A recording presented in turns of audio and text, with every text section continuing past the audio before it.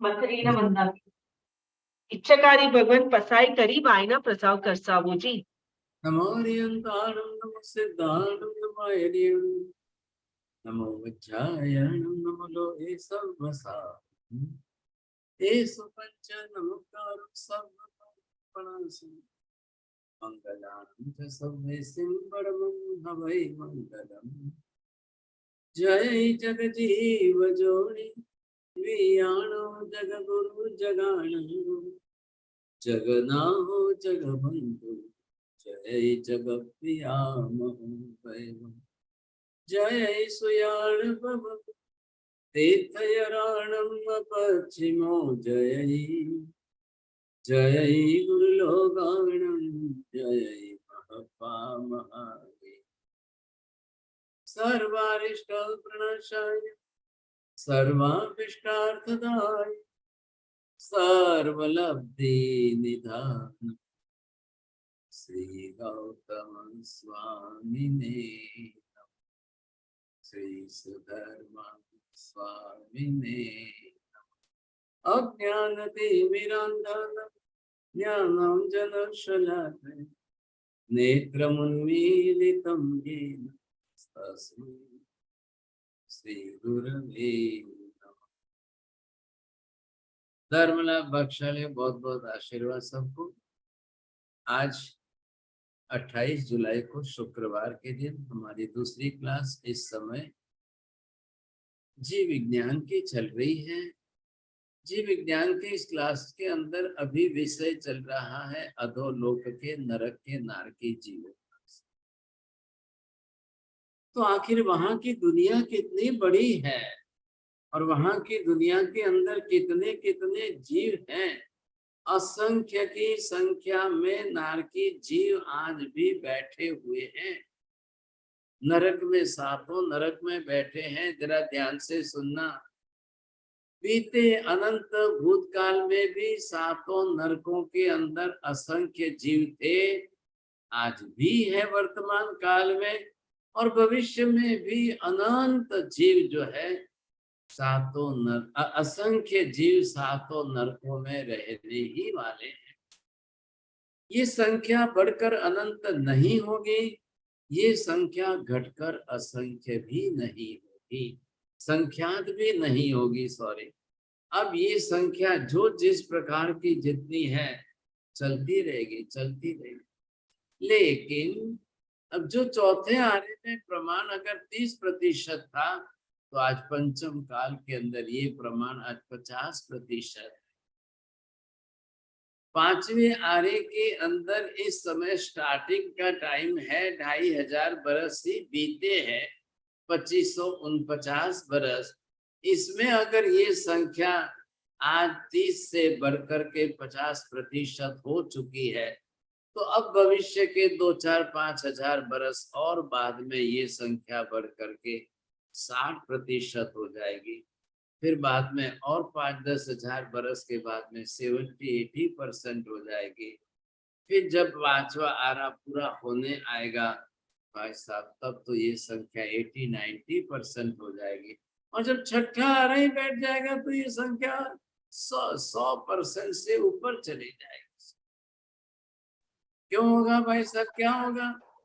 21,000 बरस का पंचम काल का कलयुग बीतने के बाद क्या होगा? फिर तो ऐसी परिस्थिति आएगी कि जिसके अंदर जमीन के ऊपर अनाज ही नहीं पैदा होगा, फिर पौधे ही पैदा नहीं होंगे। अब बताइए, जब बारिश नहीं होगी इधर जो है टेम्परेचर बढ़कर के 80 डिग्री पर चला जाएगा, तब क्या होगा? तब क्या होगा सोचिए आप, कल्पना कर लो खुद ही।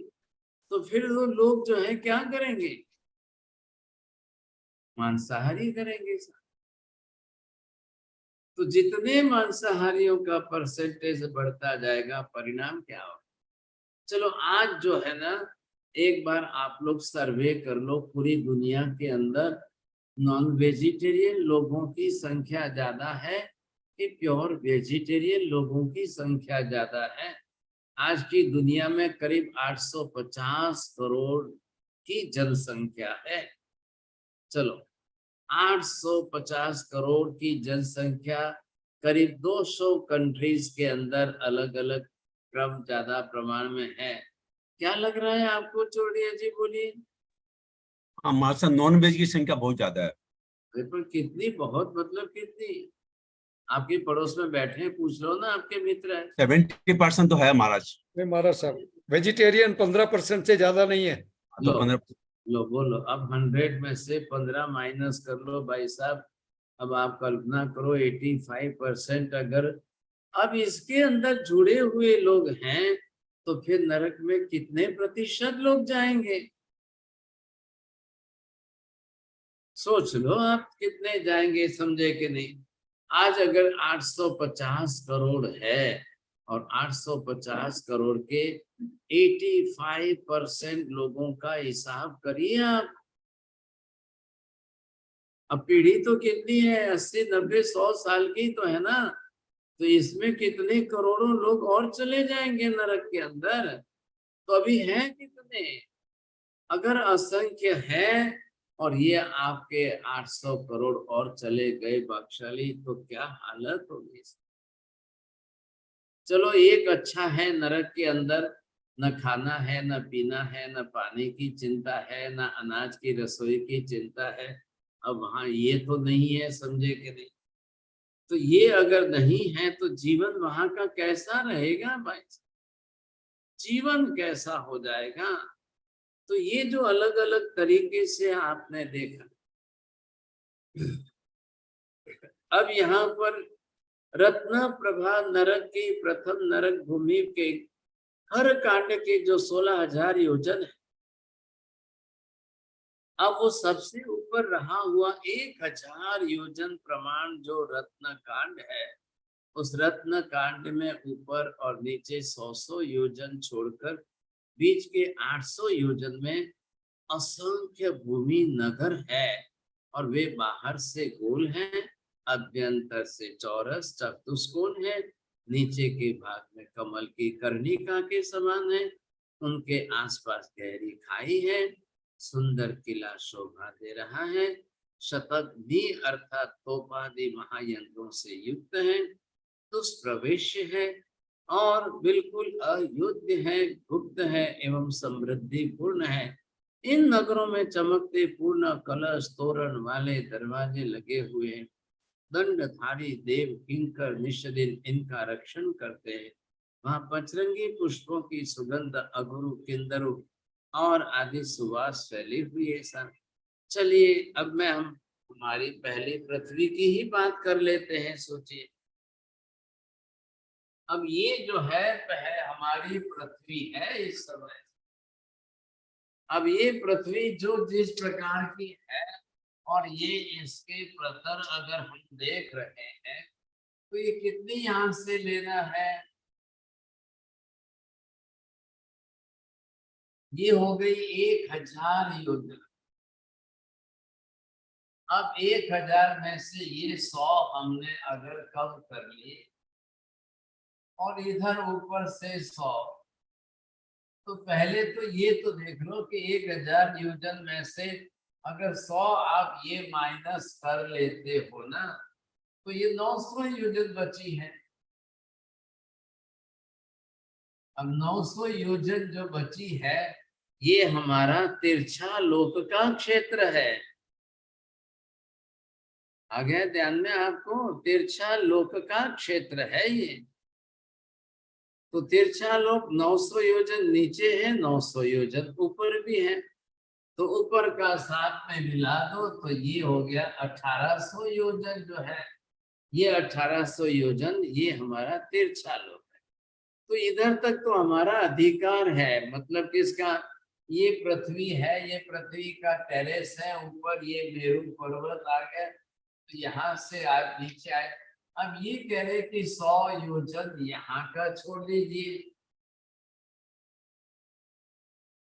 ये भी 100 योजन दूसरा बीच में से छोड़ दो, 100 योजन यहाँ का छोड़ दिया, तो अब ये बीच का आपको मिला कितना सा? अब ये 800 योजन जो मिला है, इन 800 योजनों के अंदर की बात कर रहे हैं। ये जो अंदर के जो है क्षेत्र यहाँ के नीचे, अब जैसे आप नीचे जाएंगे ना, तो आप ये मत समझिए कि खाली सॉलिड पृथ्वी है, काफी गैप आता है बीच में। तो इनके अंदर 800 योजन में असंख्य भूमि नगर हैं सर। अब वो नगर आपके बीच बीच में कैसे आएंगे सब, कहीं गोल आएंगे, ये चौरस आएंगे, फिर वापस गोल आएंगे, ये चौरस आएंगे। अब इन्होंने जो जिस तरह से ये कहा है, तो ये इस प्रकार के ऐसे नरक आएंगे, नगर के नगर है साहब। अब असंख्य नगर बता रहे हैं ये तो। अब ये किस प्रकार के हैं, कोई दोनों प्रकार बताए हैं, गोल भी बताए, चतुष्क भी, चतुष्कोण बनाए। नीचे के भाग में कमल की कर्णिका के समान होते हैं। अब ये है तो इसके नीचे ये कमल की कर्णिका जैसा भाग आपको लग जाए, ख्याल आ जाए। अब उनके आसपास गहरी खाई है, और गहरी सबके ये देखा तो ये इसके पास गहरी खाई बता रहे, वैली जैसा वैली बता रहे हैं सब। अब सुंदर किला जैसे लग रहा है, शतग्नि आदि तोपादि महायंत्रों से इनके यहाँ पर यंत्र सामग्री वेपन से इनके रखे, और वो नगर के दुष्प्रवेश से कोई आ नहीं सकता है, जैसे तैसे कोई घुस नहीं सकता है। अच्छा, वहाँ की जो है रिद्धि सिद्धि समृद्धि भी बहुत है। अब इन नगरों के अंदर चमकते पूर्ण कलश और तोरण वाले दरवाजे लगे हुए हैं, और दंडधारी जो है हाथ में लेकर वॉचमैन की तरह से देव किंकर रात दिन वहां पर रक्षा करने के लिए खड़े रहते हैं। क्या बताएं, बोलिए साहब, ये दुनिया इतनी बड़ी है, इस दुनिया में जाओ और देखो तो आपको पता चले, समझे कि नहीं। अब क्या करें, ये जो नगर होते हैं ना, वे उत्कृष्ट से बड़े हमारे जम्बू द्वीप के समान होते हैं सब। अब बताइए आशा बहन जी, जम्बू द्वीप कितना बड़ा होता है?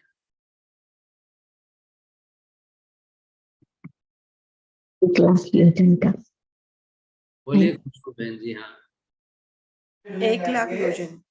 जम्बू द्वीप 1,00,000 योजन बड़ा है। ख्याल आया? ये विस्तार तो यहाँ से यहाँ तक आप लेंगे तो ये तो एक राजलोक हो गया। एक राजलोक कितना है? असंख्य योजन है। जम्बू द्वीप तो सिर्फ 1,00,000 योजन का छोटा सा, ये जम्बू द्वीप यहाँ पर आ गया। तो इतने बड़े बड़े तो यहाँ के ये नगर होते हैं, एक राजलोक। और ये इतना बड़ा एरिया, यहाँ से यहाँ तक भी आप गिनो, क्योंकि जो त्रस्त नारी है ना, वो एक राजलोक, एक राजलोक बराबर असंख्य योजन हो गए। ख्याल है? तो जम्बू द्वीप, आज हमारा जम्बू द्वीप जो है कितना बड़ा है, अरबों खरबों की जनसंख्या है हमारे जम्बू द्वीप, मनुष्यों की हमारी बात कर रहे हैं। तो इतनी बड़ी जनसंख्या के जैसे वहां इतने बड़े क्षेत्र आ जाए। अब मध्य नगर बीच का तो महाविद्य के क्षेत्र समान बड़ा हो जाए समझे, और छोटे छोटे नगर वहां के जिसको कहते हो ना, वो तो हमारे पूरे भरत क्षेत्र के जितने हैं। बोलिए आप समझे कि नहीं। अब ये जो नगर होते हैं ना, तो ये अलग अलग प्रकार के वहां। अब इन नगरों के अंदर यहाँ की बात करता हूँ, ध्यान देना। ये जो नगरों की बात मैंने की आपको, इनके अंदर पिशाच, भूत, यक्ष, राक्षस, किन्नर, किमपुरुष, महुरक, गांधर्व, ये 8 प्रकार के व्यंतर देव रहते हैं इनके अंदर। अब इनके अंदर जरा नॉर्थ और साउथ का डिवीजन कर लो बस, तो कौन नॉर्थ में है कौन साउथ में है, इतना डिवीजन करने से ख्याल आएंगे। लेकिन ये सब जो है ना, बड़े सुखी संपन्न रिद्धि सिद्धि समृद्धि वैभव वाले हैं, ध्यान रखना। ख्याल है कि कोई कमजोर नहीं है सब। अब इनके अंदर की इनकी जातियां हैं, ये जो नाम बताए ना मैंने, ये 8 जाति के व्यंतर। अभी नरक नरक नरक मत पकड़ के रखना भाई साहब, अभी यहाँ पर तो ये पहले जो है 8000 के व्यंतर,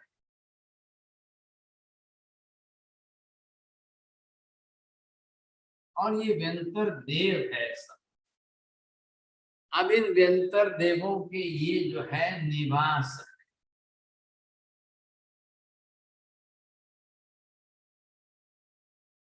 अब ये यहाँ रहते हैं, तो अब आपको ख्याल आ गया सब ये कहाँ रहते हैं, इनकी दुनिया कहाँ है?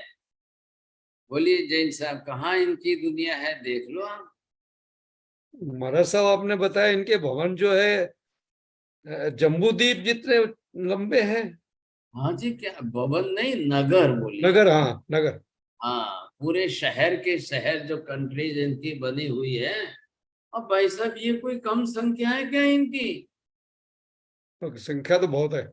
फिर अरे ये तो नगरों की संख्या के लिए शब्द लिख रहे हैं यहाँ पर। मैंने अभी आपको क्या बात बताया, ध्यान नहीं दिया आपने, एक राजलोक इतनी लंबाई चौड़ाई है, असंख्य योजन है। हाँ, तो इतने असंख्य योजनों के अंदर असंख्य नगर है। इनके नगरों की बात चल रही है। अब कोई गोलाकार शेप में है या कोई जो है चौरस चक्र है। अब आप ये अगर इसके ऊपर चलो तो ये हमारी पृथ्वी आ गई ना, तो ये हमारी मतलब क्या, हम जिस पर रहते हैं यही तो रत्न प्रभा है। इसके टेरेस पर हम रह रहे हैं और इसके नीचे ये लोग हैं। अरे सब नारकी किधर है फिर इसमें? अरे नारकी इधर आएंगे, आप भी भाई साहब क्या ऐसे कर रहे हो? ओके। ये जो है ये नारकी यहाँ आएंगे। अभी डिस्टेंस बहुत है ना। ये मैंने क्या बताया आपको, 800 900 1000 योजन में से 100 योजन आप ऊपर की सतह के छोड़ दो, 100 योजन नीचे के छोड़ दो, बीच के 800 योजन के अंदर जो भाग है उसकी बात चल रही है। इतने से में है। अब कल तो लोग बोलते हैं कि नहीं, अरे छोड़ो ये सब बातें, भूत भूत कुछ होता ही नहीं है, साहब भूत नहीं है, प्रेत नहीं है, ये नहीं है, वो नहीं है, समझे कि नहीं? अब देखिए, बोलना तो सबको बोलना है, लेकिन यहाँ पर तो इनकी बात बताई। अब इनके अंदर यक्ष भी है, ये 2400 तीर्थंकर भगवान के यक्ष इनके अंदर है, किन्नर है, किम पुरुष है, महोरग है। इधर का किन्नर शब्द दूसरे अर्थ में मत लेना, ये इनकी जातियां हैं देवों की, ख्याल आया सब, ये इनकी जातियां हैं देवों की। तो यहाँ जो एक तरह से रहते हैं, अब इनका साउथ में नॉर्थ में विभाग पूरा खोल दीजिए आप, ख्याल है। और ये पूरा राउंड है ना, ये तो फ्लैट दिख रहा है बोर्ड पर, आपको मॉडल बना के देखिए तब आपको पता चले, समझेंगे। अब इन 8 प्रकार के व्यंतर देव अति सुभग स्वरूपान सौम्य होते हैं, हाथ गला आदि रत्नमय अलंकारों से पहने हुए होते हैं, सुंदर वन माला मुकुट कुंडल आदि उत्पन्न करके धारण करने वाले, और इच्छानुसार आलाप संलाप करने वाले, इच्छित रूप करने वाले, स्वेच्छाचारी होते हैं, ख्याल है कि? अब इन 8 व्यंतर देवों की कुछ विशेषताएं अलग अलग प्रकार की है। इसका पूरा टेबल यहाँ पर दिया गया है। तो यहाँ पर जो है अलग अलग प्रकार के, मतलब इनकी पहचान जो बता रहे हैं, समझे, अलग अलग प्रकार के। अच्छा एक बात इधर देख लो भाई साहब, ये जो है ना इनका तो एक एक पल्योपम का आयुष्य होता है। इनकी देवियों की उत्कृष्ट आयुष्य आधा पल्योपम होती है। व्यंतर देव देवी दोनों की जघन्य आयुष्य मिनिमम जो है 10,000 वर्ष की है। मान लो कोई अगर जाके मर के भूत प्रेत बन जाए ना, क्या लगेगा, रोज एक्सीडेंट होते हैं, सुसाइड होते हैं, करते हैं, चले जाएंगे लोग, भूत प्रेत बन जाएंगे, तो वहां पर भी आपको जो है मिनिमम से मिनिमम 10,000 वर्ष का तो आयुष्य रहेगा ही। इसके सिवाय तो कोई नहीं रह सकता ऐसा। अब उससे ऊपर ज्यादा है, 50,000 योजन, लाख 1,00,000 वर्ष का है, 10 लाख वर्ष का है। अब इनकी शरीर की हाइट वगैरह जो है ना 7 हैंड, 7 हाथ, चले जगन्य ऊंचाई जो है अंगुल के असंख्यात भाग जितनी उत्पत्ति जन्म के प्रथम समय। अब इनकी लेशा, कृष्ण लेशा, नील लेशा, कापुर लेशा, उत्कृष्ट आयुष्य के श्वासोश्वास 7 स्तूप होते हैं। उत्कृष्ट आयु वालों को आहार 3 दिन बाद मिलता है, जघन्य आयुष्य वालों को आहार एकांतर। अब एक एक दिन वगैरह इनके बारे में जो भी आप समझना चाहते हो तो आप जरूर सोचिए समझे के लिए। अब इनकी वहां पर इनकी परिवार व्यवस्था है। इनके पीछे के में आप पिशाच आदि 8 इंद्र भी इनके होते हैं। दक्षिणेंद्र और उत्तरेंद्र के 2 विभाग होते हैं। अब 16 इंद्र हो जाते हैं। अब वह 16 इंद्र महाबलिष्ठ बलवान होते हैं तथा बहुत ही समृद्धिशाली, सुखी, संपूर्ण, उत्साही, अपूर्व सामर्थ्य वाले। जिस तरह पृथ्वी लोक के राजाओं की रानियां होती है ना, उसी प्रकार इन देवों की भी रानियां होती है। और वे कौन है, कैसे, उनकी कितने मुख्य तथा पट्ट रानी, अग्र महिषी, दूसरी कितनी हो सकती इत्यादि जो है काफी कुछ बातें बताई गई है शास्त्रों के अंदर। भाई साहब ध्यान रखिए, ये तो आगम शास्त्र के ग्रंथ हैं और सर्वज्ञों के द्वारा प्रणीत है। तो अनेक प्रकार से इनके अंदर जो है सब कुछ होता है। अब इनकी जातियां और इनके प्रकार, ये तो जब हम स्वर्ग के देवलोक आदि की बातें करेंगे, सीखेंगे, तब की बात तब है। लेकिन अभी तो आप पहले जो है इन नरकों के बारे में आप समझ रहे हो ना। नरक की पृथ्वियां जो है, नरकी जीवों के बारे में जो हम स्टडी कर रहे हैं, तो ये सब जो है जिस तरह से नरक के नारकी जीव है। हाँ, अब इनके अंदर जी सातों महाराज साहब जो आत्मा सुसाइड कर देती है और कर लेती है, वो भूत पिशाच में जो जाती है, वो वहां पर कौन सी जाति में जन्म ग्रहण करती है फिर? ये आया ना, मैंने बताया भूत पिशाच वगैरह इसमें। नहीं तो भूत पिशाच में तो रिद्धि सिद्धि होती है, आप बता रहे हैं बहुत। बोले तो ना, क्या तकलीफ है भाई साहब? सुसाइड किया है, क्या उसने दूसरा कुछ नहीं है उसके पास? उसने पहले से कोई पुण्य वगैरह नहीं बांध रखा है। अगर जाएंगे नरक में जाए तो नरकी, तिर्यंच में जाए तो तिर्यंच, पशु पक्षी के बनेंगे। अब कोई अगर आ गए भूत प्रेत पिशाच बन गए, नॉट कंपल्सरी नहीं है कि सुसाइड करे वो सब भूत प्रेत पिशाच ही बने, ऐसा कोई कंपल्सन थोड़ी है। अब जो जीव जिस प्रकार का जैसा नाम कर्म बांध ले ना, तो उसके हिसाब से गति होगी। अब कौन कैसे कर्म बांध ले, कौन कैसे कर्म बांध ले, इनकी बात अलग है। आपको कहाँ जाना है? वैमानिक जीव में जाना। क्यों? यहाँ है ना, यहाँ रिद्धि सिद्धि बहुत है। वैमानिक की बहुत है, आप बताए थे ना, बहुत मतलब यहाँ टॉप क्लास की है, टॉप क्लास में जाना है।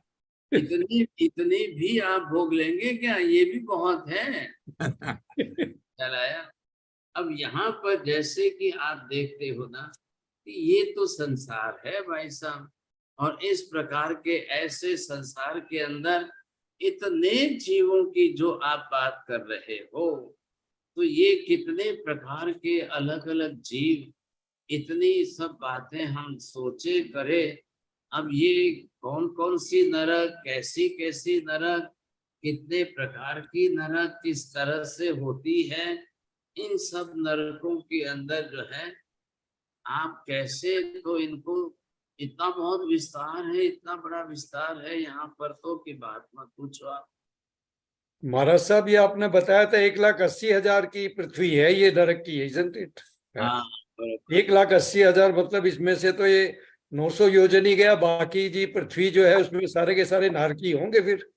आपकी तो मेमोरी बहुत अच्छी है, थोड़ी आपके फ्रेंड को दे दो भाई साहब। मैं इनको ले जाऊंगा साथ में, कोई बात नहीं। अरे भगवान, तो मशीन चालू की है क्या वो ऊपर की? ये सब देखने लगा के हमें इधर। तो महाराज साहब, ये पृथ्वियां काफी होंगी, इसका मतलब फिर आंतरे जो परतर बताई आपने उसमें। हाँ ये प्रतर है सब। ये जो इनके प्रतर है ना, अलग अलग प्रकार के फ्लोर, जिसको आप कह दो, अब बाद में तो नीचे नरक शुरू हो जाएगी, फिर तो ये एक भी नहीं आएंगे। हाँ ठीक है, सही बात है। ये कोई देवी देवता वगैरह, ये तो यहाँ तक ही है। अब आपने अभी बोल दिया ना 1,80,000 में से, भाई साहब ये तो कितना गया, 800 ही तो गया है। 800 योजन कौन सी बड़ी बात है, 1,80,000 में तो बाद में तो नरक नरक नरक नरक कोई दो बेहिसाब चलेगा। परमाधामी उधर ही रहते होंगे महाराज साहब। परमाधामी तो इधर आ जाएंगे, ये 13 प्रतर में निचले के प्रतरों में अच्छा। परमाधामी आ जाएंगे। अच्छा अच्छा। हाँ, फिर वो तो वहां से नीचे भी आएंगे, जाएंगे, रहेंगे, आएंगे, जाएंगे, समझे कि रिकॉर्डिंग इन अरे शिक्षा बहन जी, शिक्षा बहन जी आपको म्यूट कर दो।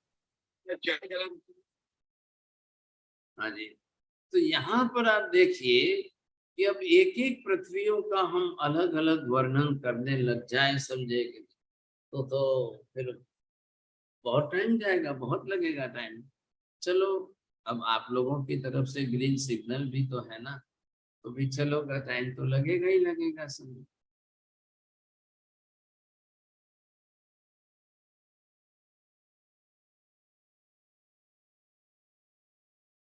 ये हो गई, हमने यहाँ पर देखी ना, ये पहली नरक पृथ्वी आ गई। अब इसके बाद जो है ये दूसरी नरक पृथ्वी आएगी, शर्करा प्रभा। ये आपको देखना है, ये शर्करा प्रभा आपको जो है दूसरी नरक पृथ्वी, अब उसका डिटेल हम करेंगे, आपको देखने में ख्याल आ जाएगा। खड़ी खड़ी खड़ी करो, नहीं नहीं स्ट्रेट नहीं, आप ऐसे स्लो। हाँ,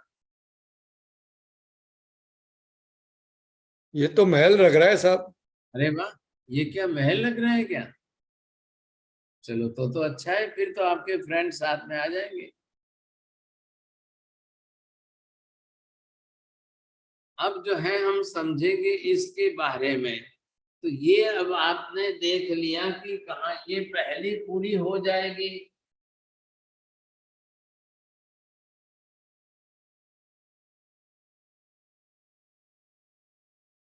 यहाँ पर आपने ये देखा मेरू पर्वत, अब यहाँ से आप चले, अब ये आ गई आपकी पहली नरक पृथ्वी जो थी रत्न प्रभा की, यहाँ तक। अब यहाँ से अब फिर बाद में ये आकाश खाली चला जाएगा। अब आकाश के जाने के बाद फिर वापस जो है ये, अब इसके बाद में जिस तरह से इसकी आएगी, ये सेकंड नरक पृथ्वी यहाँ पर जो आएगी सब ये, तो यहाँ पर आपको ये देखना है, ये है दूसरा नाम दिया है शर्करा प्रभा।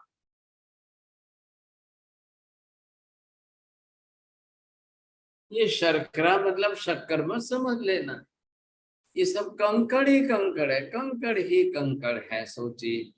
अब यहाँ पर ये जो पृथ्वी है बिल्कुल कंकड़ पत्थर भी इतने नुकीले जैसे होते हैं सब, ये शर्करा प्रभा नाम दिया है इसका। अब ज्ञानी पुरुषों ने इस तरह की मोटाई जो है 1,32,000 योजन की बताई। अब आप समझ गए इसकी धाम। तो ये जब आएगी यहाँ पर, तो मैं ये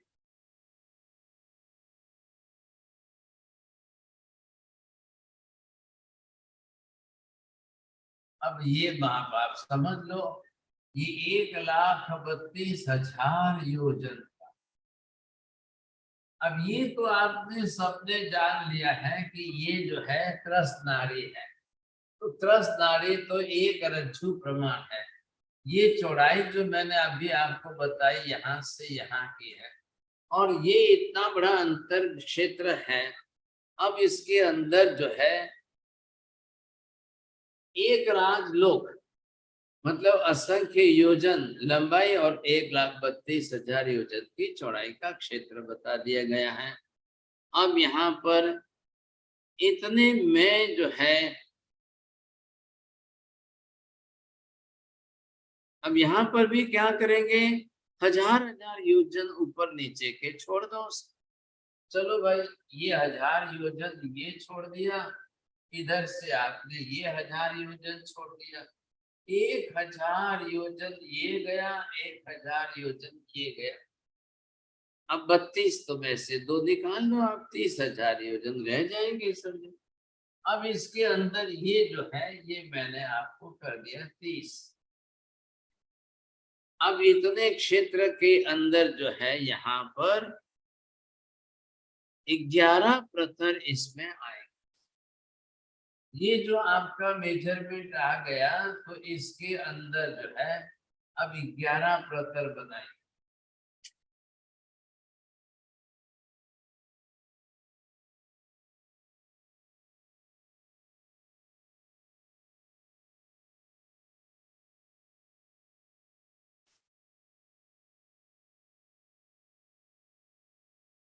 अब इतने प्रतरों के अंदर जो है इनके अंदर रहने वाले जो प्रकार के जीव हैं, समझे कि नहीं, तो 11 प्रतर हमें इसमें 2-2 प्रतर के बीच का जो अंतर होता है 9700 योजन का, एक के दूसरे के बीच का गैप ध्यान रखिए साहब।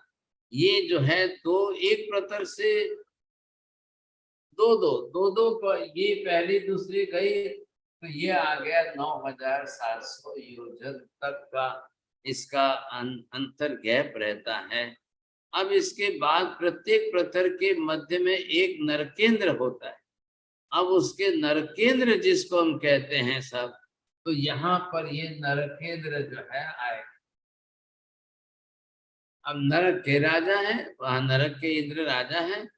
अच्छा, अब आप देखो इनके भी नाम आदि सब अलग अलग प्रकार के दिए हैं। सोचिए, स्तनिध, स्तनक, मनक, वनक, घट्ट, संघट्ट, जिह्व, अपजिह्व, लोल, लोलावत, अस्तन, लोलुप। अब इन नरकेंद्रों से प्रत्येक प्रतर में 8-8 नरकावास की श्रेणियां चलती है।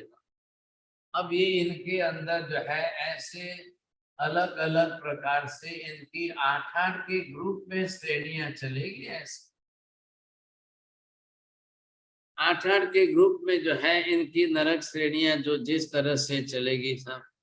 अब ये नरकावास की श्रेणियां हैं, इसको कहते हैं ये 8, 1 2 3 4 हो गए, 5 6 7 और 8 इधर कर लीजिए, ये इधर कर लीजिए। ये 8-8 के ग्रुप में है नरकावास। अब इतने नरकावासों के अंदर नरक भूमि सब मिलाकर पंक्तिगत नरकावास 2685।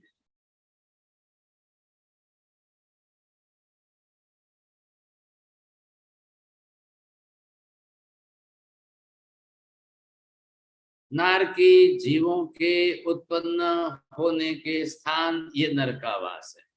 अब वहां पुष्पावकीर्ण नरकावास जो है वो कितने हो जाएंगे। अब पुष्पावकीर्ण नरकावास कुल मिलाकर 24,87,305 है। और इस तरह सब मिलाकर दूसरी नरक के अंदर 25 लाख नरकावास की संख्या ये 8 प्रतरों के अंदर बताए। अब सब के अंदर मिलाकर गिनती करो आप समझे तो 25 लाख का फिगर। नारकी जीवों को दूसरी नरक पृथ्वी में जन्म लेने के लिए, उत्पन्न होने के लिए इनके क्षेत्र इतने ज्यादा है। अब इस नरक पृथ्वी में उत्पन्न हुए जीवों को आपको आश्चर्य लगेगा, इतने तो क्षेत्र हैं। अब जैसे मान लो एक बंबई है, एक कलकत्ता है। बोलिए छोटे जी, कलकत्ता में आपके वहां पर पॉपुलेशन 2.5 करोड़ 3 करोड़ कुछ तो है ना। बंबई का पॉपुलेशन 2 करोड़ 40 लाख। यहाँ लोगों की इतनी बस्ती आबादी है, तो यहाँ तो कितने हो गए साहब। एक बंबई जैसा, एक कलकत्ता जैसा, ऐसे 25 लाख नरकावास गिनो। अब वहां नारकी जीवों की दुनिया कितनी बड़ी हो जाएगी। आपको बंबई कोलकाता, दिल्ली, चेन्नई, इन 4 बड़े शहरों में ही आपको जो है कम से कम 10 करोड़ लोग तो 11 करोड़ 12 करोड़ लोग तो इतने में मिल जाए। 4 शहरों, तो इनके 25 लाख नरकावासों में कितने नारकी जीव हो जाएंगे? करिए हिसाब तो करिए ना। चलो, यहाँ पर जो जीव होंगे, नारकी जीव उत्पन्न होंगे, वो उनका जो है हाइट जो रहेगी 31 हाइट, हाथ प्रमाण रहेगी, और 6 अंगुल ऊपर उत्कृष्ट से 62 हाथ और 12 अंगुल का होता है। बोलिए, अब आप जो है इनके हाथ प्रमाण, ये मेजरमेंट लेकर के इसी से हाइट मापते हैं उनकी। अब वहां दूसरा स्केल क्या है? यही है, इससे मापेंगे तो वहां पर जो है नारकी जीव जो उत्पन्न होंगे, उनकी फिजिकल हाइट जो है 31 हाथ से लेकर के उत्कृष्ट में 62 हाथ तक की मैक्सिमम, ऊपर 12 अंगुल का, इतना बताया। अब शर्करा प्रभा नारकी जीवों का आयुष्य जो है 1 सागरोपम तो मिनिमम होता ही होता है, और उत्कृष्ट से 3 सागरोपम का होता है। अब वो पहली है, ये दूसरी चल रही है, देखिए इधर। तो मिनिमम आयुष्य तो 1 सागरोपम, और मैक्सिमम यहाँ पर जो है वो 3 सागरोपम। अब आप सभी समझते ही हो ना, सागरोपम इज इक्वल टू असंख्य वर्ष। 1 सागरोपम बराबर असंख्य वर्ष होते हैं। अब 3 सागरोपम है तो 3 से मल्टीप्लाई कर लो। चलिए, अब यहाँ पर जो है इस नरक की पृथ्वी में भी प्रथम रत्न प्रभा पृथ्वी के जैसे ही कापोतलेश्या हो, अवधि ज्ञान होता है, विभंग ज्ञान का विषय उत्कृष्ट से 3 कोस या जगन्य से 3 कोस का 3.5 कोस या 3 कोस तक ही देख पाते हैं। अब इसके बाद में ये नरक पृथ्वी पूरी हो जाएगी।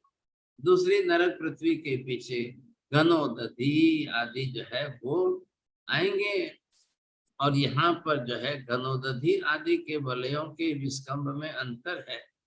अब वंशा के पहले वलय का विस्कंभ 6.1 योजन है, दूसरे वलय का 5 योजन है, और तीसरे वलय का 1.7 योजन।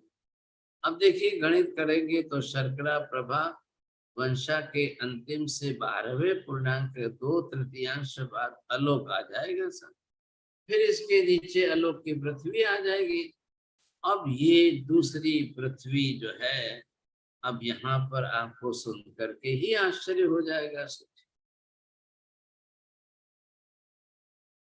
हाँ, अब महाराज साहब, पहली नरक में 30 लाख नरकावास है, अभी दूसरी में 25 है। हाँ जी, तो थोड़ा कम ज्यादा तो होते ही रहेंगे ना। तो काफी नरकावास ज्यादा हो गए। 84 लाख में तो 2-3 में सारे ही आ गए ज्यादा। नहीं, और नीचे और कम होते जाएंगे ना, आप ये सोचिए ना, और होते जाएंगे कम ना थोड़ी।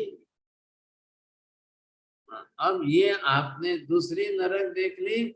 हाँ, अब ये तीसरी नरक का जो है इसकी बात बता रहे हैं। ये अब ऐसे करो सीधे, अब ऐसे मत रखो।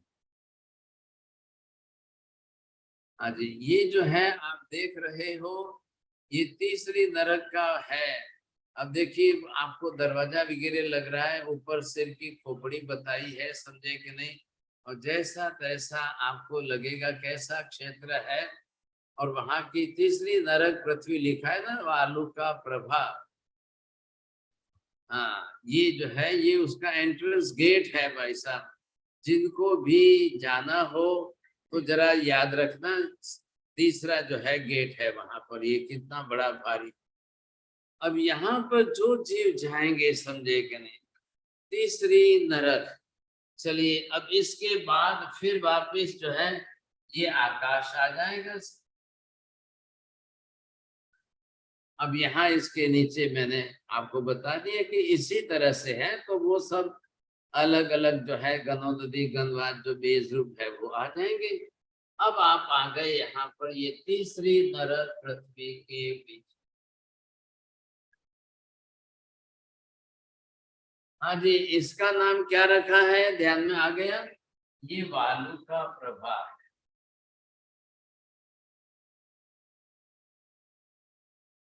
ये बालू का जिसको आप कहते हैं बालू रेती, हाँ बिल्कुल बालू जो है रेती जैसी है। अब तीसरी नरक पृथ्वी का नाम शैला पृथ्वी है। अब बालू जो है इस रेती की भरी हुई है, समझे के नहीं। अब ध्यान रखिए इसकी मोटाई 1,28,000 योजन, ये इसकी बात करिए आप समझेंगे। अब यहाँ से यहाँ तक 1,28,000 योजन। अब देख लो थोड़ी थोड़ी तो कम होती जा रही है, समझे के। अब ये जो है इतने प्रमाण में है। चलिए अब वही नियम वापस लगाइए, ऊपर नीचे के 1,000 योजन जो है वो छोड़ दो आप। ये इसका 1,000 योजन ये गया और इसी का वापस नीचे गया। ये 1,000 योजन जो है ये छोड़ा, नीचे का 1,000 योजन ये छोड़ा, 2,000 तो 128 है, तो 126 कर लो आप यहाँ पर। ये हो गया, समझे के नहीं। अब इतने प्रमाण के अंदर वहां पर जो है अपनी तरह से यो 9 प्रतर है इनके। अब इनको 9 में डिवाइड कर लो। 1 2 ये 3 ये 4 ये 5 6 7 8 9। अब इनके 9 प्रतर बनाए।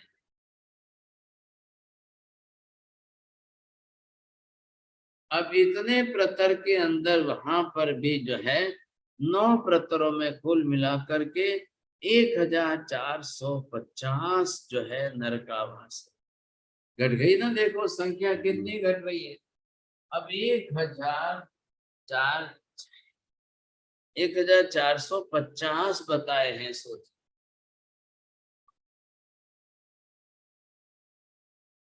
अब नरकावास है।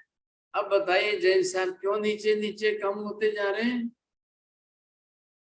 अगर सर मेरे पास लिखा है कि 15 लाख नरकावास है बालूका में। 15 लाख नरकावास है और 9 प्रत्र है।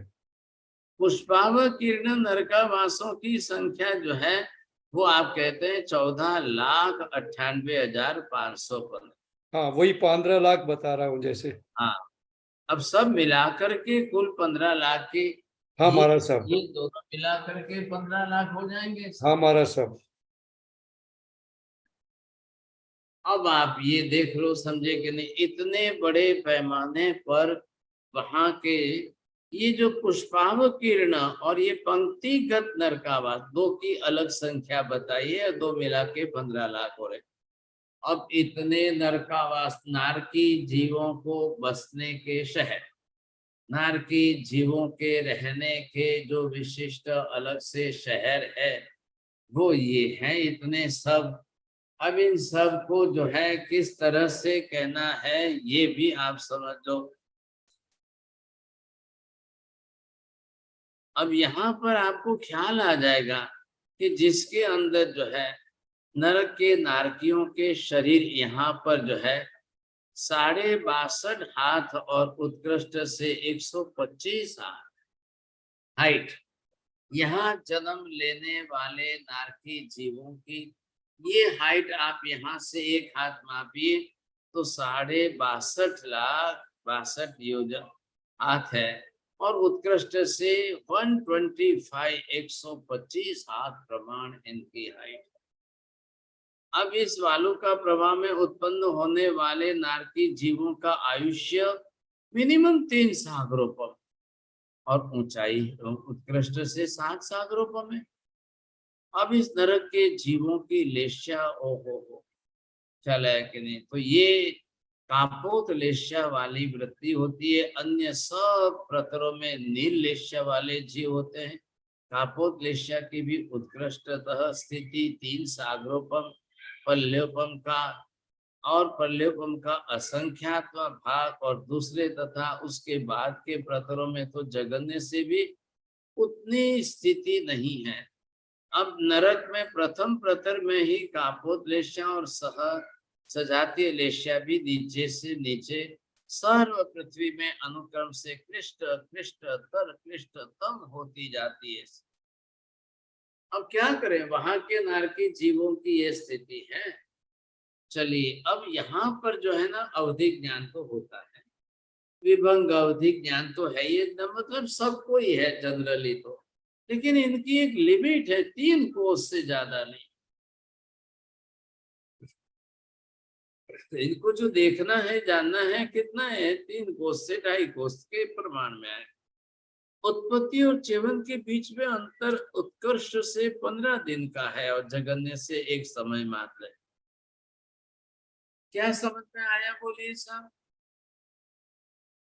तीसरी नरक में कोई आके जन्म ले, कोई मरे वहां से, ये तो रोज चलने ही वाला है ना, ये थोड़ी रुकने वाला है। यहाँ पर जो जीवों का जन्म मरण का चक्र जो चलेगा, आज कौन आया, आज कौन उत्पन्न हुआ है, आज कौन मर रहा है, तो इनके अंदर जन्म लेने वाला, अगर मान लो कि हम जाके सिमंदर स्वामी को पूछे, हे भगवान तीसरी नरक में लोगों के आने का जन्म लेने का गैप चले चले चले तो कितना चले? अब इसके लिए सिमंदर स्वामी उत्तर देते हैं कि मैक्सिमम 15 दिन। क्या समझे आप? बोलिए प्रमोद जी, क्या समझ में आया?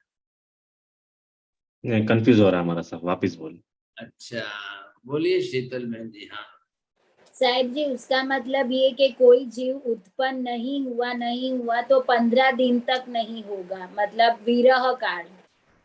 आप धन्यवाद, आज पहले ही आपने कैसे सही उत्तर दे दिया।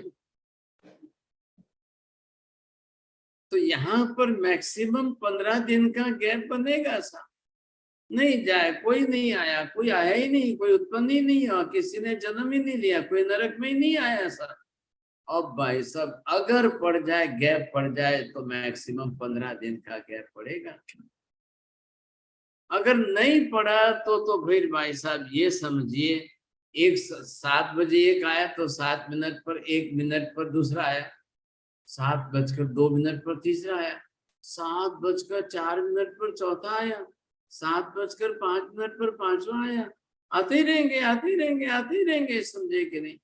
अब देखो आना कहाँ से है, या तो मनुष्य में से या तिर्यज पशु पक्षी में से ही तो आना है। और कौन है आने वाला, और है कौन? अब जिनको आना है समझिए, वो आने वाले वहीं से आने वाला है। तो रोज मरते कितने हैं, रोज नरक का पाप करने वाले कितने हैं, रोज कितने नरक में आकर पैदा होते हैं। अब पहली नरक में, दूसरी नरक में, तीसरी नरक में, भाई साहब ये आने वाले जो रेगुलर आते रहते हैं, अब ये तो इनका चक्कर चलता ही रहेगा। अगर कोई मान लो कि कोई तीसरी नरक में न आए तो भाई साहब ज्यादा से ज्यादा 15 दिन का गैप हो सकता है, बाकी तो रोज आना ही आना है, रोज जन्म लेना ही लेना है। इसीलिए तो ये इतनी खाली नहीं रहती है, भरी भरी रहती है। सोचिए आप, क्या बताना आपको, आखिर लोग यहाँ पाप करना रुकते हैं क्या? पाप की प्रवृत्ति तो देखिए आप, समझे कि नहीं? अब धनोदधि आदि जो है अंतर वालु कबा प्रभा पृथ्वी में है, वही है। तो यहाँ पर वलय विस्कंभ 6 योजन है, और फिर जो है दूसरे वलय का 5 पूर्णांक, और फिर तीसरे वलय का 1 पूर्णांक, अब मिला करके जो है 13 पूर्णांक तृतीयांश योजन में वालु कबा और ये नरक पृथ्वी के नीचे आते हैं सब। उसके बाद फिर वापिस आकाश आ जाएगा, आलोक आकाश। वालु का प्रभा नरक पृथ्वी, भाई साहब आप थोड़ा थोड़ा समझ रहे हो, सीख रहे हो, जान रहे हो। क्या हो गया, टाइम हो गया? अच्छा अच्छा अच्छा, बोलो सुनीता बेन जी। माझी શું થયું?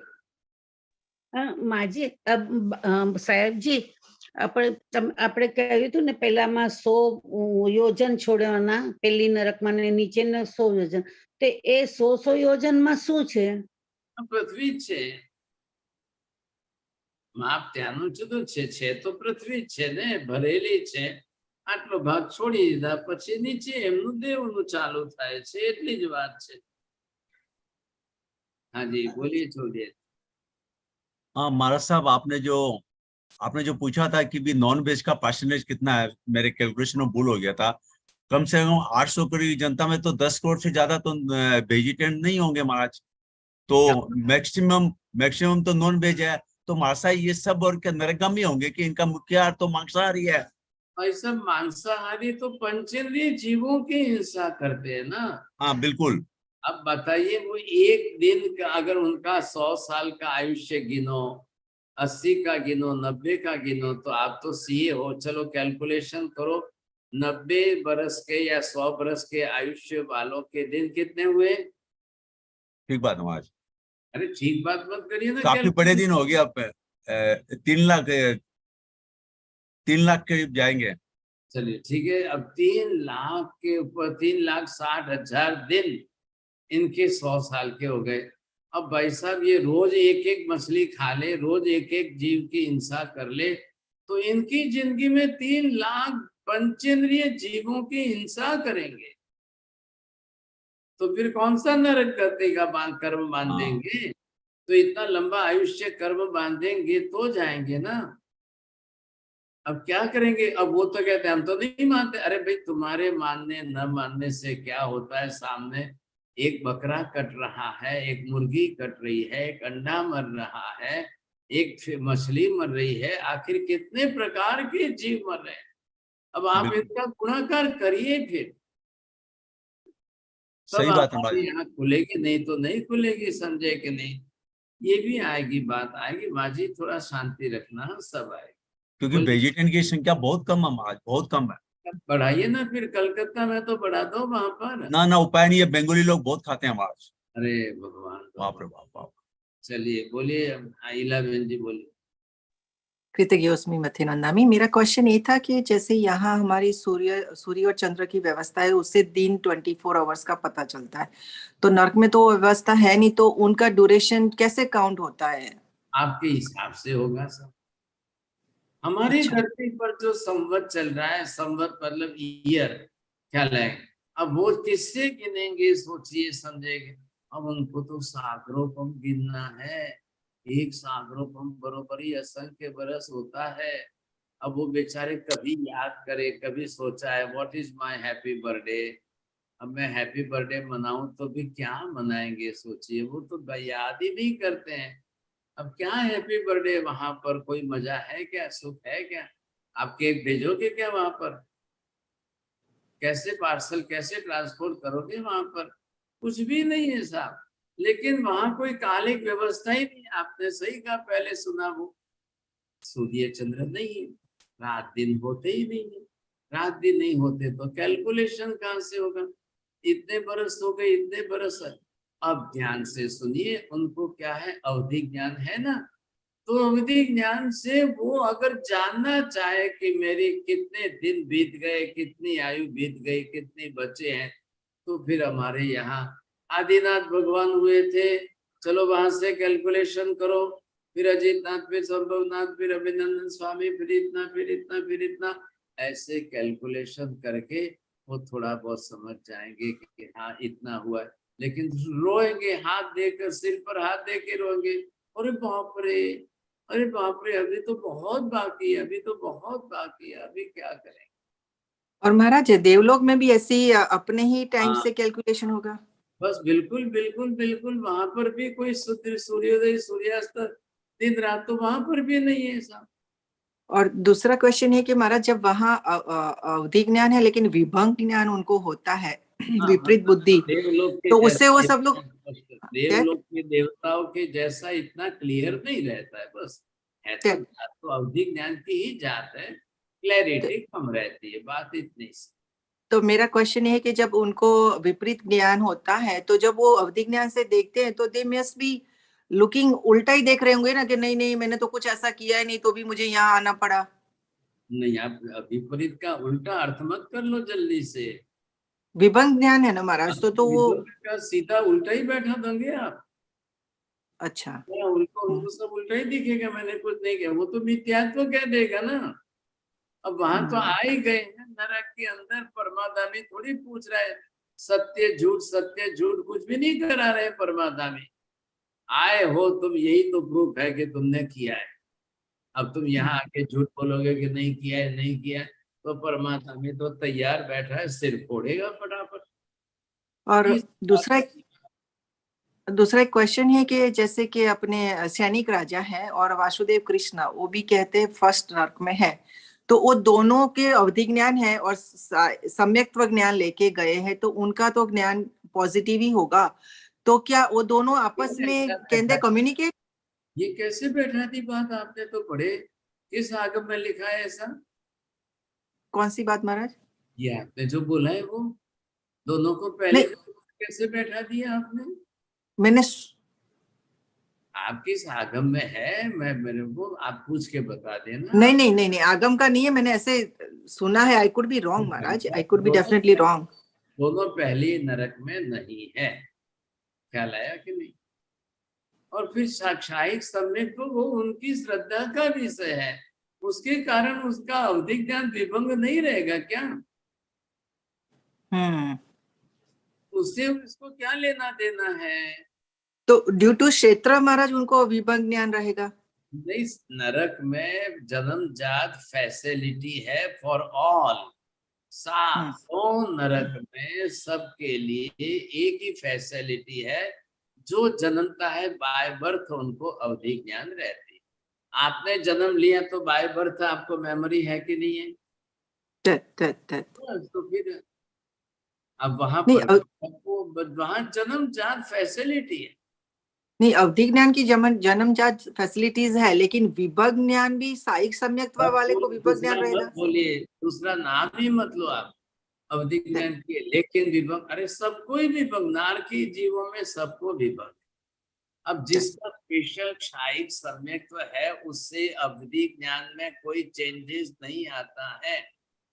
सम्यक दर्शन अवधि ज्ञान का विषय नहीं है। सम्यक दर्शन से उनकी श्रद्धा है, अवधि ज्ञान का विषय अलग है। अभी आपने ज्ञान से सुना है अवधि ज्ञान की लिमिट कितनी है, वो कहाँ तक देख सकते हैं? 3 कोस तक उनको देखना है। अब क्या काम आएगा उनका अवधि ज्ञान वहां पर? और उसको इसको न जोड़िए मत आप किसी को। और कम्युनिकेशन के लिए कोई मोबाइल नहीं है, किसी के पास कुछ भी नहीं है। अब कौन किससे मिले और कौन किससे बात करे? भाई साहब, कौन मिलेगा? अब वहां जाके पुरानी पहचान निकालोगे क्या? किसको, कौन किसको याद करेगा? और पहचान निकाल करके क्या करेंगे आप वहां पर? कृतज्ञ बोलिए दिल, राहुल जी बोलिए।